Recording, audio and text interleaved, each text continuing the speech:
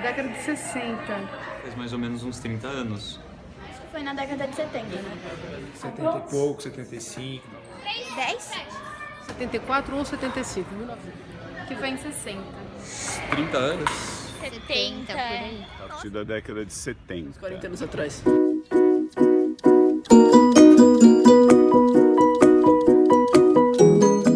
No início, eu dava aula apenas para meninos. Eu entrei numa escola predominantemente masculina. E até poucas professoras também. Muitos alunos e muitos professores homens. Não é uma coisa tão absurda assim, porque na mesma época até os colégios estaduais não eram mistos, né? Então, por que se evitava naquela época o colégio misto? Dentro de um contexto cultural. Ao longo do tempo, a gente começou a refletir um pouquinho sobre essa característica, que era uma característica cultural da maioria das escolas. E nessa altura, a gente foi pensando que o porquê dessa relação, o porquê dessa discriminação no mundo que estava caminhando para um pluralismo, este sentido de discriminação. Eu fui encarregada pelo padre Corbeil, que era o diretor-geral da escola, de fazer um estudo da viabilidade e da necessidade e das possibilidades da entrada do sexo frágil, eles acham isso, né? Da escola. Os colégios masculinos, os colégios eram ou masculinos ou femininos. Não havia o que se chamava na época a coeducação. Ou seja, conjuntamente trabalham meninos e meninas. Enfrentei algumas dificuldades? Sim. Qual era predominantemente o pensamento daquela época? Infelizmente ainda é hoje em dia para alguns, um machismo exacerbado. As mulheres na classe significarão inevitavelmente uma baixa da produção intelectual, significarão uma mediocrização das conversas e para alguns até chegava a ponto de achar que as meninas seriam um objeto de distração, quando não de tentação, para os meninos.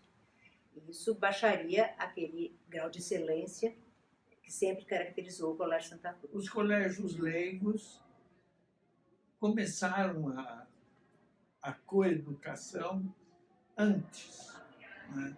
E as escolas católicas resistiram um pouco a essa ideia. Aos poucos, eles foram percebendo o potencial das meninas. Que eu me lembre, não chegou a haver nenhum choque, houve um certo susto e uma mudança. Quando elas entraram foi super tranquilo, a gente já conhecia, eu pelo menos conhecia algumas das meninas que entraram. Eu acho que o choque maior, enfim, choque entre aspas, foi mais para a turma que veio da oitava, entendeu? Que era a turma que pegou todo, enfim, o ciclo com meninos, sem meninas. Para nós eu vim de fora, então para mim era normal estudar com mulher. Só professoras davam aula para as meninas e só professores homens davam aula para os meninos. E essa foi uma realidade que, num determinado momento, foi substituída e ainda verificamos. Por que isso? Não tem sentido. Então a gente brincava um pouco na primeira semana, quando elas entraram, pegando algumas meninas por dentro da classe, pintando com batom, tipo trote de faculdade, mas sem... Tudo numa boa, não houve nenhum choro, brigas, enfim, nada, tranquilo. Aqueles tipos que eventualmente fizessem alguma gracinha, que eventualmente tivessem algum ato de uma certa indelicadeza, ou enfim, uma atitude ou uma postura mais inadequada, era absolutamente trabalhado por nós e a gente conversava e mostrava que aquilo tudo era absolutamente pré-conceituoso. Acho que a relação foi muito legal. As meninas no início, claro, que estavam mais retraídas, mais tímidas, as primeiras que entravam na escola, mas aos poucos foram ganhando espaço, foram conquistando, grandes relações se fizeram e absolutamente houve aquilo que eu tinha certeza que aconteceria. Elas concorreram em igualdade de condições. Nós temos tanta inteligência quanto os homens. Mas em todas as matérias do ensino médio do Colégio Santa Cruz, as meninas se saíram muitíssimo bem.